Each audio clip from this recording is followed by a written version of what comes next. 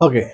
Hello students, welcome to our YouTube channel of RGBC classes. So today we are having our next question, that is question 28 of share for feature and prorata.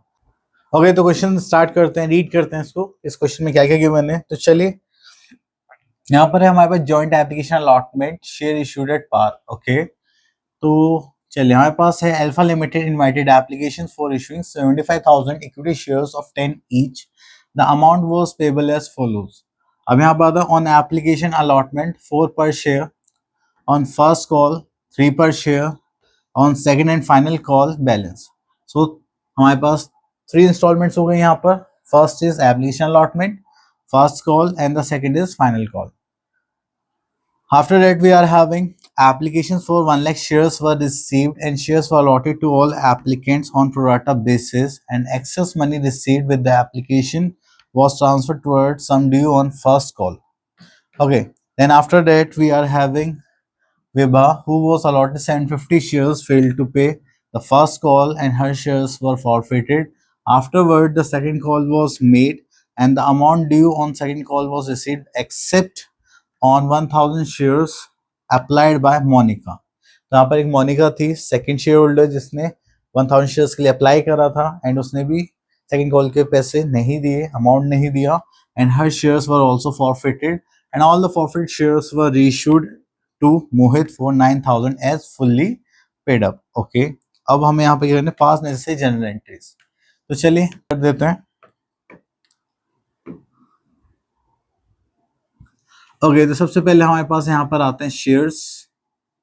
अब shares में हमारे पास यहाँ पर है application and allotment इस बार एक साथ, ठीक है, इन्होंने इसका नाम दे रखा है। Then first call and then second and final.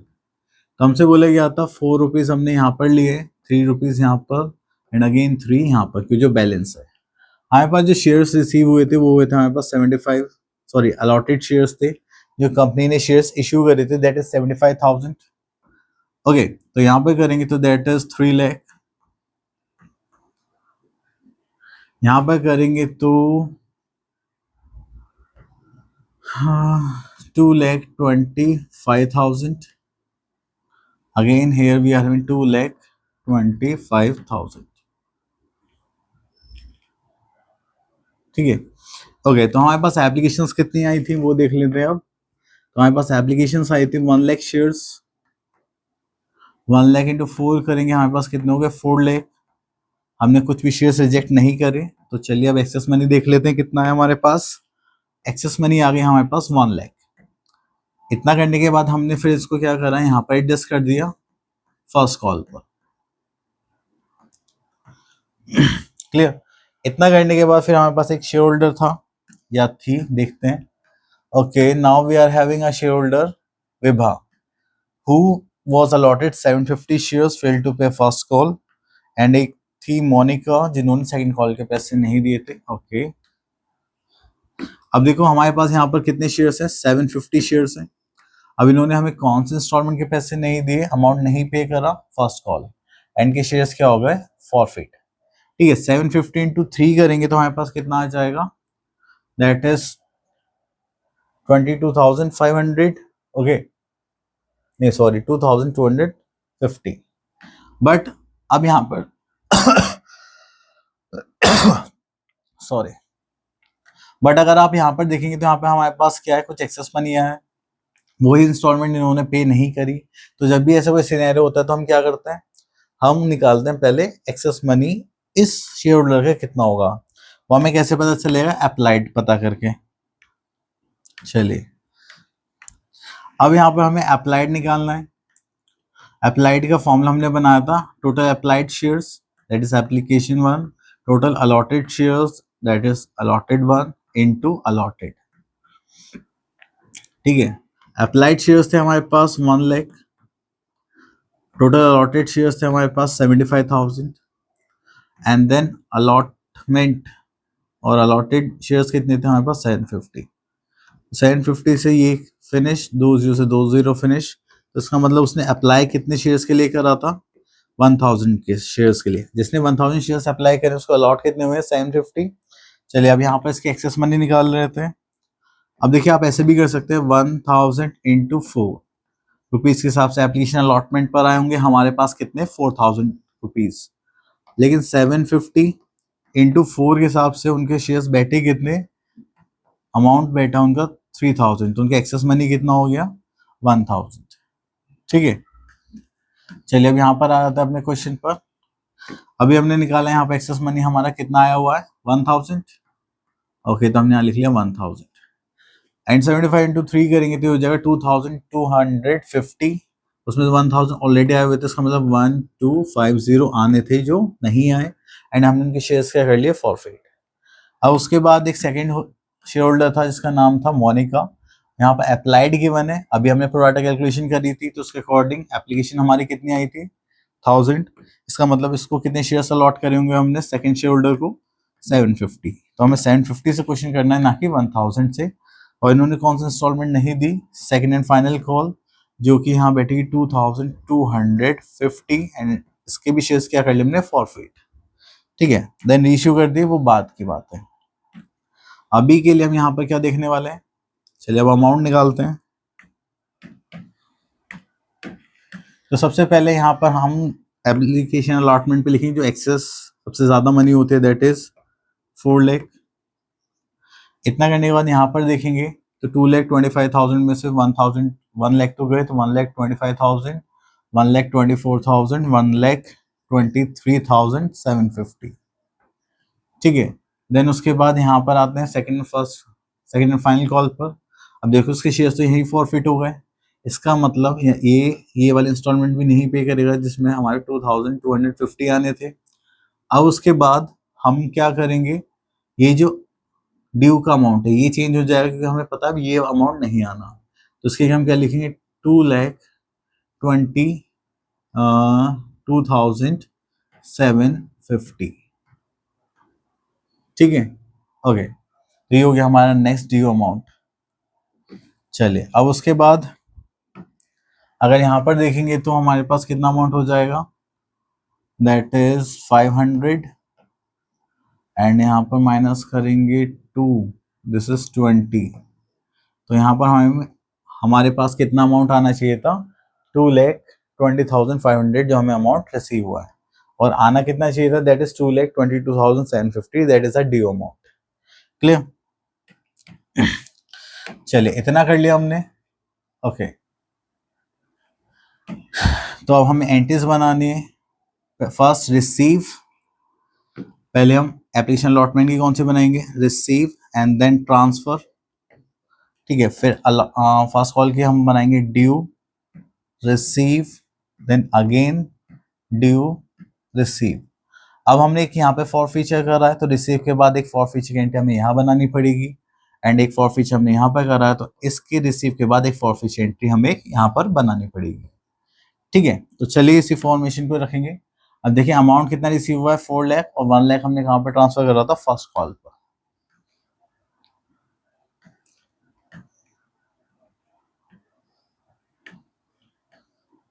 Okay, तो चलिए यहाँ पर स्टार्ट करते हैं हमारे पास क्वेश्चन। तो फर्स्ट एंट्री हम बनाते हैं, just like bank account debit to equity share application and allotment. ठीक है, अब देखिए यहाँ पे अमाउंट कितना रिसीव हुआ था हमें 4 लाख।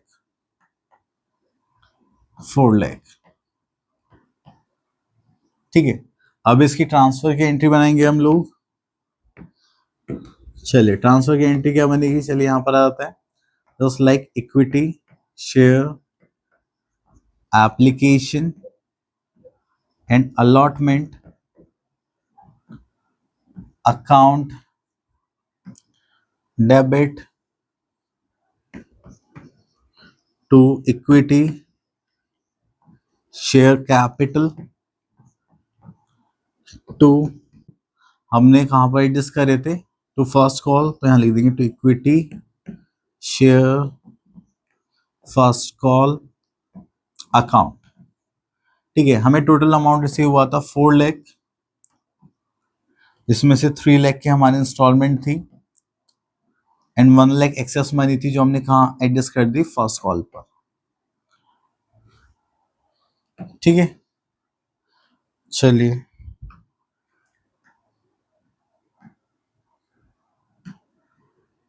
ओके।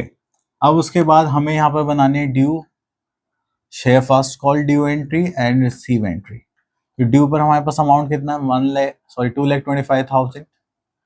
तो चलिए यहाँ पर बनाते हैं हम लोग।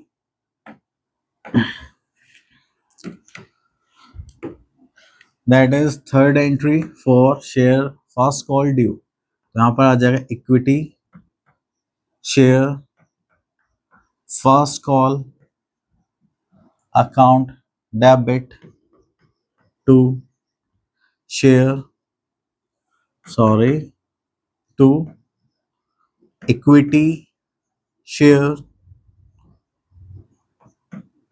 Capital account. अगर हम यहाँ पर देखेंगे तो हमें कितना अमाउंट रिसीव होना था, दैट इज 2,25,000।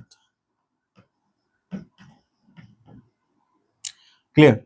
उसके बाद हमने रिसीव की एंट्री बनाई है एंड इस बार जो रिसीव की एंट्री हम बना रहे हैं वो बना रहे हैं without opening calls in arrears account.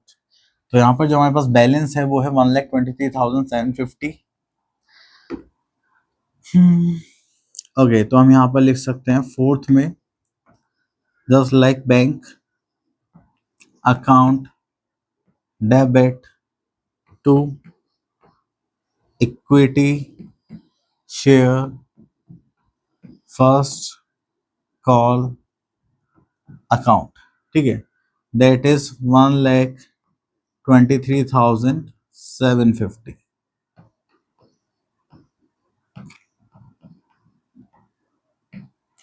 ठीक है, चलिए उसके बाद आगे चलते हैं हम लोग यहाँ पर। नेक्स्ट इज, अब यहाँ पे हमें फॉर फीचर भी बनाने, क्योंकि हमने फॉर फीचर करा है। चलिए फॉर फीचर का एक बार वर्किंग नोट देख लेते हैं। ओके, तो यहाँ पर आ जाता है। अब देखिए इसने हमें एप्लीकेशन अलॉटमेंट के पैसे दी थी, जो अमाउंट हमें मिल चुका है उसको हम बॉक्स में बना लेंगे, दैट इज 3,000। ठीक है, और ये अमाउंट हमें एक्सेस मनी के अकॉर्डिंग रिसीव हो चुका है। तो टोटल हमें कितना रिसीव हो चुका है, 4,000। कितना अमाउंट हमें मिलना था, दैट इज 1,250, जो हमें नहीं मिला। ठीक है, तो वो हमने यहाँ लिख लिया। तो इसका मतलब नहीं, यहाँ पर इसको कॉल्ड अप वैल्यू कितनी बोली गई थी, 3 + 4। तो उसे मौका कहाँ तक मिला, सिर्फ यहाँ तक का। तो हमारे लिए कॉल्ड अप वैल्यू कितनी हो गई, 4 + 3 7। ठीक है, तो चलिए ओके। देखिए यहाँ पर हमारा 4 था अमाउंट, यहाँ पर 3 था और यहाँ पर भी 3 था। तो कॉल्ड अप वैल्यू कितनी हो गई, 7 तक। ठीक है, तो हम यहाँ पर एंट्री बनाएंगे हम इतना पार्ट की। तो चलिए यहाँ पर फिफ्थ एंट्री बनाएंगे हम, जस्ट लाइक यहाँ पर लिखेंगे हम equity share capital account debit to. अब देखिए हमारे पास कितना अमाउंट रिसीव हो चुका था, 3 + 1 4। तो उसको किस नाम से लिखेंगे हम, शेयर फॉर फीचर के नाम से और शेयर फॉरफिटेड अकाउंट के नाम से। तो दैट इज 4,000। देन कितना अमाउंट हमें रिसीव नहीं हुआ, उस इंस्टॉलमेंट का यहाँ पर नाम लिखेंगे, नाम मेंशन करेंगे, that is to equity share first call account. ठीक है, दैट इज 1,250। अब देखिए इन दोनों का टोटल हमारे इसके इक्वल आना चाहिए कॉल्ड अप वैल्यू के साथ। अगर हम यहाँ पर ध्यान से देखें तो हमारे पास शेयर्स कितने थे, 750।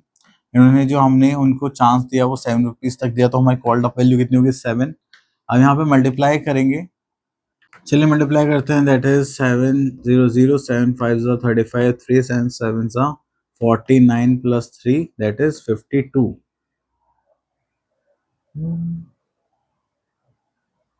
ओके, तो यहाँ पर हमारे पास अमाउंट कितना आ जाएगा, दैट इज 52 था, सॉरी 5,250। क्लियर। तो देखिए हमारी दोनों वैल्यू सेम आई है, तो उसका मतलब हमने एंट्री सही बनाई है। तो आगे चलते हैं, ये हो गया हमारी शेयर फॉर फीचर। देन उसके बाद हम चलते हैं अपनी ड्यू एंट्री पर, जो सेकंड एंड फाइनल कॉल की होगी। एंड जो हमारा अमाउंट होगा वो कितना होगा, 2,22,750, ना कि 2,25,000। क्यों, क्योंकि हमें पता है शेयर फॉरफिट हो चुके हैं और अभी जो अमाउंट है हमें रिसीव नहीं होगा, हमें ऑलरेडी पता है। तो इसलिए हमारी ड्यू की एंट्री में चेंज आ जाएगा ठीक है, तो उसके लिए हम एंट्री क्या बनाने वाले हैं यहाँ पर हम एंट्री बनाएंगे 6th entry, that is okay. तो यहाँ पर आ जाए हमारे पास equity share second and final call account debit to equity share capital account. ठीक है, तो इसको करेंगे तो हमारे पास कितना अमाउंट था, दैट इज 2,22,750।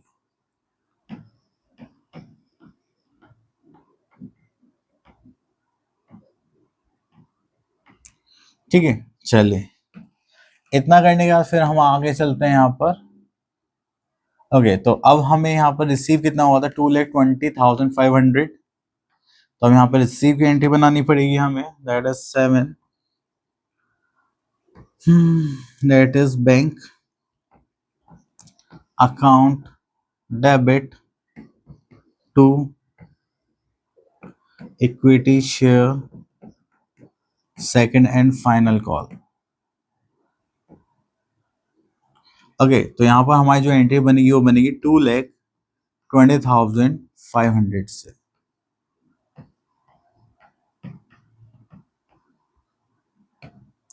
क्लियर, चलिए इतना करने के बाद फिर हम आगे चलते हैं। यहाँ पर अगर 7 ही हो गया, फिर हमारे पास आएगी 8th एंट्री। तो 8th एंट्री किसकी होगी, अगेन शेयर फॉर फीचर की। तो शेयर फॉर फीचर में यहाँ पर हमारे पास फिर से वही आ जाएगा, just like equity share capital, कितना कॉल्ड ऑफ वैल्यू थी वो देखेंगे हम यहाँ पर। देन कितना अमाउंट हम रिसीव कर चुके थे जो हमें उसको रिटर्न नहीं करना, that is for share forfeited और इक्विटी शेयर फॉरफिटेड। देन उसके बाद हमें जो इंस्टॉलमेंट नहीं मिली उसको लिखेंगे यहाँ पर, that is to equity share second and final call account. ठीक है, तो चलिए हमारे पास यहाँ पर कैपिटल था, कैपिटल देखेंगे तो हमारे पास 750 शेयर्स थे और एक शेयर की वैल्यू कॉल्ड ऑफ वैल्यू थी 10। तो हमारे पास कितना हो गया, 7,500।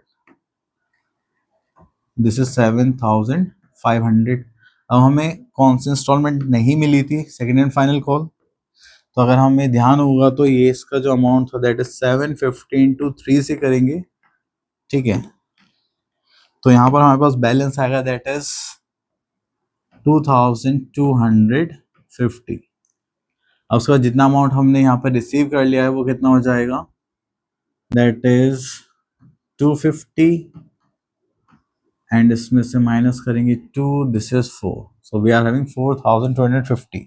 अब क्या ये सही बैलेंस आया, तो चलिए वो देख लेते हैं, वर्किंग नोट में क्रॉस चेक करते हैं। ठीक है, जितना अमाउंट हमें रिसीव में वो हम लिख चुके हैं। अब यहाँ पर देखेंगे हमें ये अमाउंट रिसीव हो चुका था, दैट इज 3,000। हमें इंस्टॉलमेंट भी रिसीव हो चुकी थी, तो हम यहाँ पे क्या लिखेंगे, 2,250। क्लियर, तो हमें टोटल अमाउंट कितना रिसीव हुआ होगा, 5,250। और हमने यहाँ पे क्या लिखा है, 4,250। सॉरी, ये कैलकुलेशन मिस्टेक हो गई।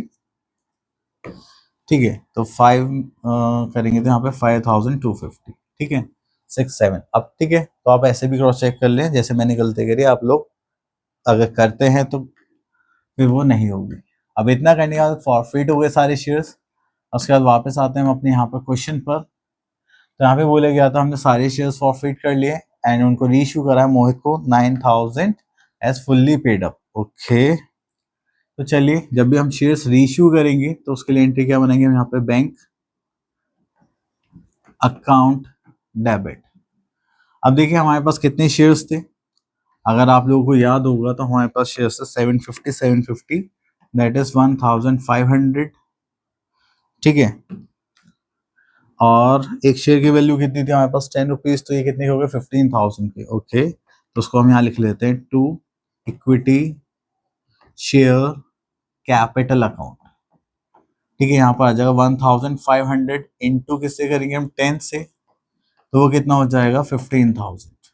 ओके ठीक है, इतना करने के बाद सॉरी सॉरी सॉरी, अगर हम लोग यहाँ देखेंगे तो यहाँ पर हमने कितने पर इश्यू करे हैं सारे शेयर्स 9,000 पर, तो हमें अमाउंट कितना रिसीव हुआ है 9,000। अब 15,000 के शेयर हमने 9,000 में इश्यू कर दिए, जो डिस्काउंट दिया हमने उसको किस नाम पे लिखेंगे, टू इक्विटी शेयर्स और शेयर फॉरफिटेड अकाउंट डेबिट, और वो कितना हो जाएगा 6,000। ठीक है, अब उसके बाद 9th एंट्री हो गई, देन उसके बाद हम 10th एंट्री बनाते हैं।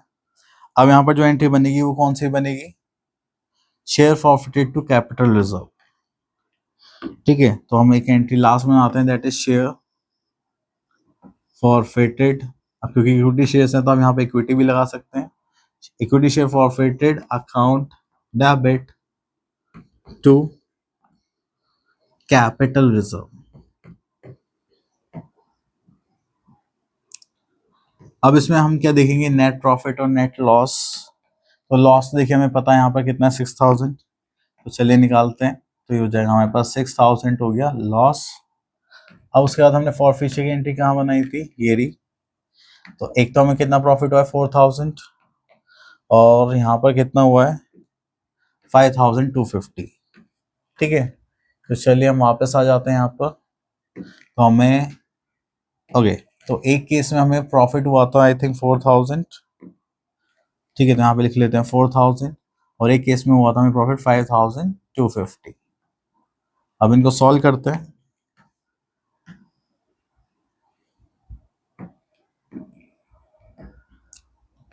चलिए सॉल्व करेंगे, तो यहाँ पर आ जाएगा हमारे पास 4 + 5 दैट इज 9,250 माइनस 6,000, तो नेट बैलेंस हो गया हमारे पास 3,250। तो ये हो गया हमारा शेयर फॉरफिचर का प्रॉफिट, नेट प्रॉफिट कह सकते हैं। तो इसको हम यहाँ पर लिखेंगे 3,250 एंड 3,250। ठीक है, तो ये हो गया हमारे 10 एंट्रीज, एंड इसके साथ हमारा क्वेश्चन हो गया finish. Okay, so I hope आपको ये क्वेश्चन अच्छे से क्लियर हो गया होगा। अब आप लोग अगर इसकी प्रैक्टिस करनी है, अब मिलते हैं नेक्स्ट वीडियो में। Till then all the best.